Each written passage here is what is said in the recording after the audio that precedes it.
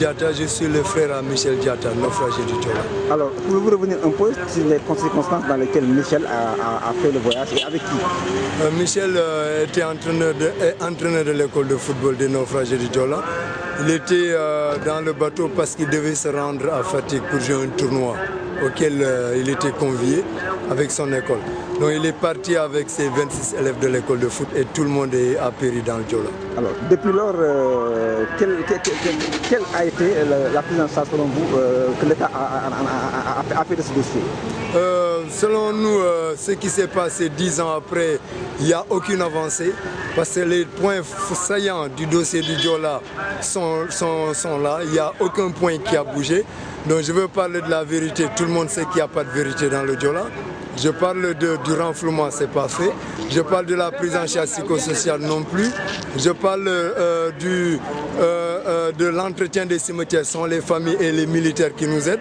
Donc je parle des pupilles de la nation. Vous savez, concernant par exemple les pupilles de la nation, il n'y a rien qui est fait de façon effective. Parce que Wade avait dit en 2002 que ces enfants étaient déclarés orphelins, pupilles de la nation. Donc pupilles de la nation, ça suppose que l'État doit les prendre en charge jusqu'à majorité. Et aujourd'hui, 10 ans après, il n'y a rien de concret. Si on fait l'évolution de ce dossier, de 2002 en 2006, il y a eu la loi qui a été votée à l'Assemblée nationale. Ensuite, en 2007, il y a eu un décret d'application de cette loi. Et en 2011, il y a eu un décret pour la nomination. Et qu'est-ce qui s'est passé? Ce décret de nomination a exclu le caractère rétroactif de la loi qui a été votée en 2006. C'est-à-dire que ce décret prend seulement en compte les enfants, les orphelins du Diola qui n'ont pas 18 ans. Donc ceux qui sont âgés, qui ont un âge compris entre 18 ans et plus ne sont pas pris en compte par ce décret. Et c'est comme si ce sont les enfants qui étaient responsables de ce retard, alors que c'est l'État qui est responsable. Et on n'a jamais vu un décret remplacer une loi, parce qu'un décret c'est pour une mise en application de la loi. Mais ce décret nominatif qu'ils ont créé en 2011 exclut d'office certains enfants et ramène le nombre de 1900 orphelins à 800 orphelins. Nous disons que ce n'est pas normal. Et quelle conclusion en tirez-vous? Nous disons aujourd'hui, 10 ans après, nous sommes les seuls à entretenir nos enfants parce que ce qui s'est passé sur le terrain, ce n'est pas ça une prise en charge. Pour prendre en charge quelqu'un, il faut d'abord identifier ses besoins. Ce processus a été biaisé.